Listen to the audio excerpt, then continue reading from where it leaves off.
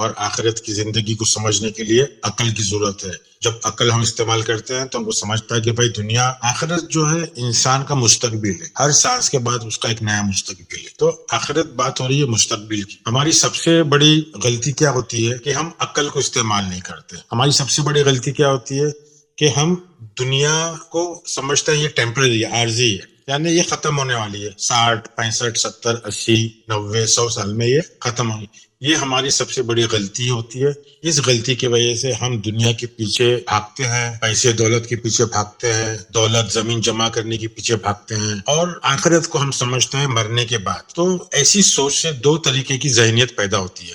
ایک تو دنیا کو ترجیح دیتی ہے کہ ساری چیزیں دنیا ہی ہے، اور دنیا ہے، اور لاسٹ کے جو زندگی کے 5-10 سال بچتے ہیں اللہ اللہ کرو، نماز تسبیح پڑھو، ذکر کرو، حج عمرہ کرو، اور اللہ کو راضی کر لو، اور جنت میں آخرت میں گھر بنا دو. ایک یہ ذہنیت ہے. اور ایک ایسی ذہنیت ہے جو دنیا کو کچھ سمجھتی ہی نہیں، آخرت کو ہی سمجھتی ہے. تو وہ تسبیح، جا نماز، مصلی، ذکر فکر میں اللہ اللہ کرتی ہے، مسجد میں بیٹھے رہتی ہے، یا 5 وقت کی نماز یا 6 وقت کی 7 وقت کی نماز پڑھ کے. تو یہ دونوں بھی ہی ذہنیت غلط ہے. جب ہم دنیا اور آخرت کو الگ کریں گے تو یہ ذہنیت پیدا ہوتی ہے. جب ایک ذہنیت ایسی ہوتی ہے کہ دنیا کو ترجیح ہی نہیں دیتے، جبکہ دنیا ہے وہ کھیتی ہے اور آخرت فصل ہے. تو یہ دونوں الگ نہیں ہے، کوئی مرنے کے بعد نہیں ملنے والی فصل. یہ کنٹینیوس پروسیس ہے. نفس ہماری مرتی نہیں ہے، اور یہ کوئی پنرجنم کی بات نہیں ہو رہی ہے کہ بار بار جنم لے رہے ہیں. ہم مرتے ہی نہیں ہے، ہم واپس پیدا ہوتے نہیں ہے. یہ خلق جدید ہے، یعنی ہماری تخلیق ایک نئے سرے سے ہوتی ہے تاکہ ہم ارتقا کر سکیں. پھر سے میں یہ چیز کو دہراؤں گا کہ دنیا عارضی نہیں ہے. دنیا جو ہے آخرت سے جڑی ہوئی ہے، اور آخرت فصل ہے، دنیا کھیتی ہے.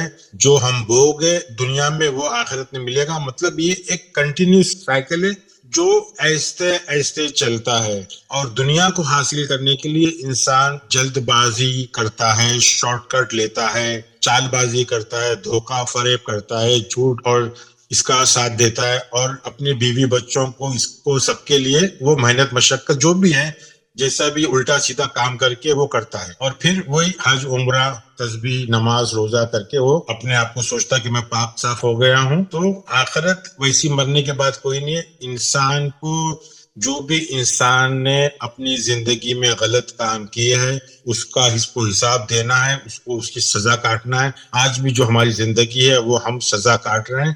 یہ قرآن بول رہا ہے کہ یہ کنٹینیوس پروسیس ہے. قرآن ہمیشہ آیتوں کے اندر فعل مضارع کی بات ہو رہا ہے، مطلب امپرفیکٹ ورب سے یہ پتا چل رہا ہے کہ یہ کنٹینیوس پروسیس ہے، کنٹینیوس عمل، یہ ختم نہیں ہوا. یہی ہماری غلط فہمی ہے کہ ہم سمجھتے ہیں دنیا اور آخرت الگ الگ ہے. دنیا ٹیمپرری ہے، عارضی ہے، اور آخرت جو ہے نہیں ختم ہونے والی ہے. یہ کوئی بھی چیز ختم نہیں ہونے والی ہے. یہ ہماری سوچ ختم ہوتی ہے، ہماری سوچ کی ارتقا ہوتی ہے، ہماری نئی سوچ پیدا ہوتی ہے، ہماری نئی سوچ قیامت یعنی قائم ہوتی ہے. یہ ساری کی ساری چیزیں جو قرآن ہے وہ سوچ کی بات کر رہا ہے. اور آخرت میں ہم کو ایک موقع ملتا ہے کہ اپنی زندگی کو واپس سے دوبارہ نئے ذریعے سے، نئے سلسلے سے واپس سے اس کو ایک نیا اخلاق لائے اور اس کو تخلیق کرے. تو اس کا مفہوم پورا کے پورا ارتقا ہے، مطلب ایوولوشن ہے. خلق جدید کے بھی میں اگزامپلس دوں گا کہ قرآن میں کہاں کہاں یہ لفظ آیا ہے. ہر قوم اور ہر مذہب کے اندر جو ہے ایک یہ عقیدہ ہے کہ بھائی حساب کتاب ہوگا. ہر کسی کو یقین ہے کہ یہ حساب کتاب ہوگا. اور انسان کیا کرتا ہے کہ حساب کتاب اس کے فائدے میں ہو، اس کے حق میں ہو، اس کے فیور میں ہو، تو وہ پوجا پاٹ، روزہ نماز، دعا تسبیح، اور پیروں کے پاس، مرشد کے پاس اور انسانوں کے پاس جاتا ہے دعائیں کرنے کے لیے، ان کی خدمت کرنے کے لیے، سفارشوں کی دعا کرتا ہے. مگر جو ہم نے بویا ہے وہی ہم پائیں گے، کیونکہ اللہ کی جو تخلیق ہے اس کے اندر کوئی بھی مداخلت نہیں کر سکتا. کوئی بھی ہم کو ہمارے جو گناہ ہیں، ہماری جو غلطیاں ہیں اس کو بخشوا نہیں سکتا جب تک کہ ہم خود اپنی سوچ کو نہیں بدلیں گے. جب تک ہم ہماری سوچ کو نہیں بدلیں گے ہم کو رحمان کی طرف سے ہدایت بھی نہیں آئے گی. تو بنیادی چیز یہ کہ ہم کو جو موقع مل رہا ہے بار بار لوٹنے کا، بار بار اٹھنے کا، یہ قرآن میں کافی لفظ ہیں اس کے اندر کہ تم کو واپس لوٹایا جائے گا، واپس تم اٹھو گے، واپس تمہاری تخلیق ہوگی. تو انشاءاللہ یہ ساری چیزیں ہم آیتوں کے ساتھ میں لے رہے ہیں. یہ ہمارا کوئی خود کا ذہن نہیں ہے، ہم نے پورا کی پورا ہماری سوچ اور ہمارا ذہن اور ہماری عقل قرآن کے حوالے کر دیے. جو قرآن ہم کو سمجھ میں آتا ہے، جو لغت ہم کو سمجھ میں آتی ہے، جو معنی ہم کو سمجھ میں آتے ہیں، جو گرامر ہم کو سمجھ میں آتی ہے، وہ آپ کے سامنے ایمانداری سے پیش کرتے ہیں. اس میں ہماری کوئی بدعت نہیں ہے، ہم نے کوئی نئی چیز نہیں لے کے آئے اسلام میں، یہ قرآن میں موجود ہے، وہی ہم لوگ آپ کو بتا رہے ہیں. ہم سوچتے ہیں کہ بھائی نیچے سر جھکانے سے اللہ معاف کر دے گا، پیشانی رگڑنے سے معاف کر دے گا، دعاؤں سے معاف کر دے گا، اللہ رحمان ہے رحیم ہے. ہم نے رحمان کے مطلب بھی غلط لیا. رحمان کے مطلب بنیادی مطلب تربیت کرنے والا، ہدایت دینے والا، راستہ بتانے والا، تم کو اپنی عقل استعمال سکھانے والا، قرآن کو سمجھانے والا، یہ مطلب رحمان. ہم سمجھ رہے ہیں کہ رحمان کے مطلب ہے معاف کرنے والا. جب ہم رحمان کو معاف کرنے والا سمجھتے ہیں، رحم کرنے والا سمجھتے ہیں، تو اللہ کی ایک جو صفت ہے عدل کی، جو اپنے آپ کو عادل بولتا ہے، عدل، تو پھر وہ انصاف کیا. اگر میں نے آپ کے ساتھ میں غلط کام کیا، گناہ کیا آپ کے ساتھ میں، اور میں اللہ سے توبہ کیا، اور اللہ بولے غفور ہے، یعنی معاف کرنے والا ہے، غفار ہے، معاف کرنے والا ہے، اور رحمان ہے، تو اس طرح اللہ کی سلطنت نہیں چلتی. ہر کسی کو اپنا حساب دینا ہی پڑے گا. اللہ تم کو حفاظت کر سکتا ہے، اللہ تمہارے اوپر تم کو ہدایت دے سکتا ہے، تمہاری حفاظت کر سکتا ہے، مگر معاف کرنا اگر تم نے کسی بندے کے ساتھ میں یا کسی بھی قدرت کے ساتھ میں، مخلوق کے ساتھ میں اگر غلط کام کیا ہے تو اس کی سزا آپ کو ملے گی، کیونکہ یہ پورا جو سسٹم ہے اللہ کا، جیسی کرنی ویسی بھرنی، کاز اور ایفیکٹ کے اوپر ہے. اس میں کوئی سفارش نہیں چلے گی، اس میں کوئی مہربانی نہیں چلے گی، اس میں کوئی رحم دلی نہیں چلے گی، اس میں کوئی معاف نہیں چلے گی، کیونکہ اگر وہ آپ کو معاف کر دیا ہے تو وہ دوسرے کے ساتھ میں ناانصافی کر رہا ہے. یہاں ایک اور خوبصورت لفظ ہے مکافات عمل. ہاں، مکافات عمل، اس کے اوپر بھی آئے، کیونکہ قرآن کے اندر مکافات عمل کے اوپر ہی زیادہ زور دیا ہے.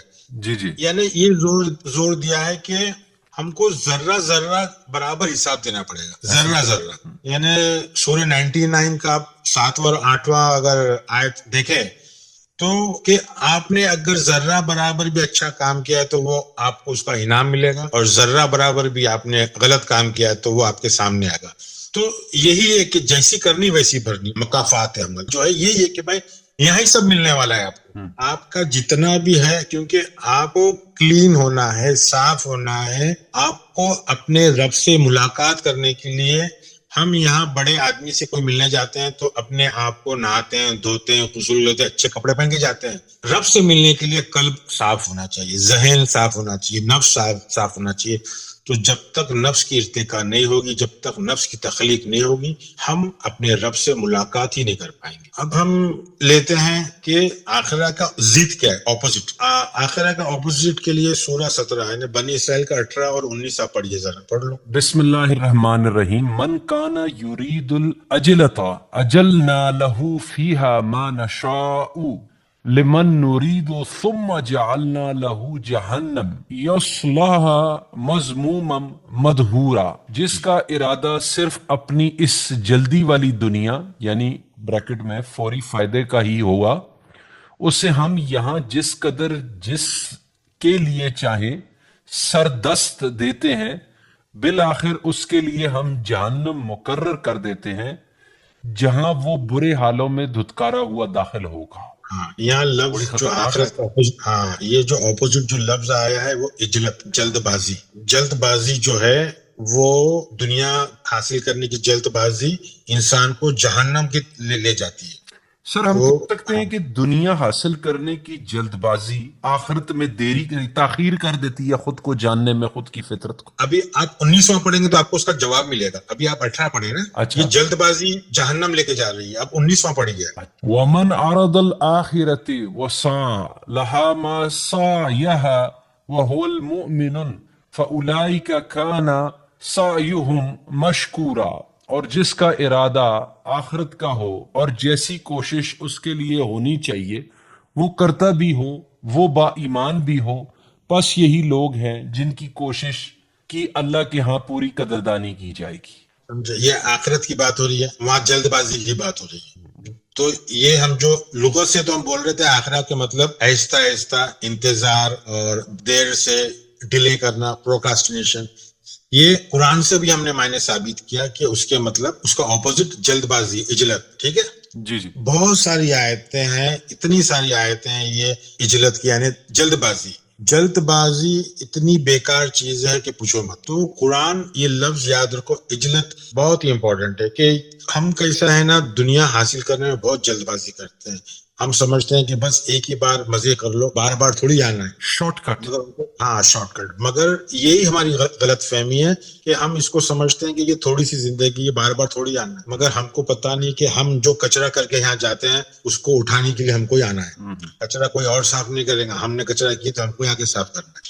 یہ میں نہیں بول رہا ہوں، یہ کوئی دوسرا مذہب نہیں بول رہا، یہ قرآن کی آیت ہے. تو ایک اور آیت لیتے ہیں سورہ قیامت 75 کا 16 سے 21. آپ کو سمجھ میں آئے گا. عجلت اور آخرت دونوں کا ہے. 16 17 18 19 20 21 یہ آیتیں پڑھ گئی آپ کو. بسم اللہ الرحمن الرحیم. لا تحرک به لسانک لتعجل به. بریکٹ میں اے نبی آپ قرآن کو جلدی بریکٹ میں یاد کرنے کے لیے اپنی زبان کو حرکت نہ دیں. اِنَّ عَلَيْنَا جَمْعَهُ وَقُرْآنَهُ. اس کا جمع کرنا اور پڑھنا ہمارا ذمہ ہے، اور بریکٹ میں آپ کی زبان سے.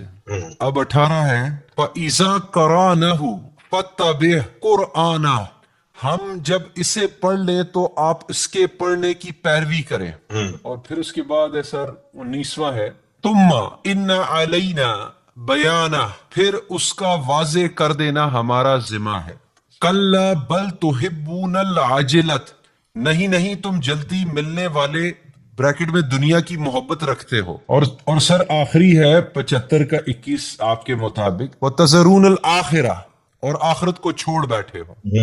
یعنی جو جلد بازی کر رہا ہے وہ آخرت کو چھوڑ رہا ہے. ہاں یعنی آپ کو آخرت کو سمجھنے کے لیے آپ کو صبر سمجھنا پڑے گا کہ آپ کو جلد بازی نہیں کرنا ہے. یعنی آخرت امپورٹنٹ ہے. آخرت مطلب آپ کا مستقبل جو ہے نا بہت لمبا ہے، بہت لمبا ہے. کیونکہ آپ فزیکلی موت تو آپ کو سمجھ میں آ رہی ہے کہ فزیکل موت ہے، مگر حقیقت میں آپ کی نفس مر رہی نہیں ہے، بار بار لوٹ کے آ رہی ہے. بہت یعنی آپ کو صبر سے ایسا ایسا پروسیس چل رہا ہے.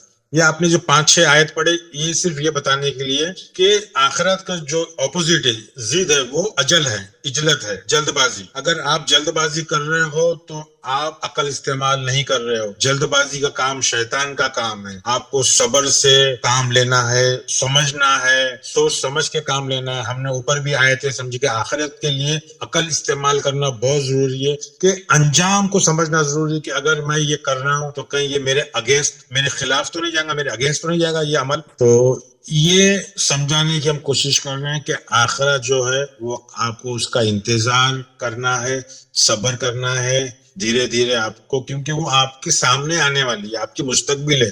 ہر سانس کے بعد آخرت ہے اور یہ کبھی نہیں ختم ہونے والی زندگی ہے. آپ دارالآخرہ کے چکر سے جبھی باہر نکل سکو گے جب آپ اپنی عقل استعمال کرو گے. اب یہ بتا دوں کہ دارالآخرہ، یہ لفظ دارال کیا چیز ہے، یہ دار کیا چیز ہے. دار جو لفظ ہے دائرے سے آیا ہے. یہ ایسا سائیکل ہے، یہ ایسا چکر ہے، یہ ایسا سرکل ہے کہ اس میں انسان گھومتے رہتا ہے. میرے نظر سے قرآن میں 10 طریقے کے دار آئے ہیں، چکر آئے ہیں. تو 10 طریقے کے چکر میں انسان اپنی دنیاوی چکر میں رہتا ہے. تو قرآن میں میرے نزدیک جو انسان، جس میں عموماً دارال کو ٹرانسلیشن ہوتا ہے اس کا روایتی ترجمہ گھر، اور حقیقت میں یہ گھر ہی ہے جس سے باہر آنا. اس گھر میں انسان گھومتا پھرتا ہے، اس گھر میں ہی چکر کاٹتے رہتا ہے. اس سے باہر آدمی نکل نہیں پاتا. وہی باہر نکل پائے گا جو اپنا عقل استعمال کرے گا، تو وہ چکروں سے باہر نکل سکتا ہے. ایک چکر تو دارالآخرہ ہے، وہ ایک ایسا چکر ہے جس میں ہر کوئی مبتلا ہے. ایک چکر جو اچھے لوگ مبتلا ہے وہ دارالاسلام ہے. 6/127 اور 10/25 میں دارالاسلام میں انسان صراط المستقیم میں رہتا ہے، اس کو ہدایت ملتی ہے، اور وہ اس کا جو زون ہے، دائرہ ہے، وہ اچھا ہے. ایک دار کا ذکر ہے 16/30 میں دارالمتقین. اس میں تقوی، خبرداری، پرہیزگاری کے چکر میں ایک انسان رہتا ہے. ایک ہے دار الفاسقین. فاسقین سورہ اعراف میں 7/145 میں.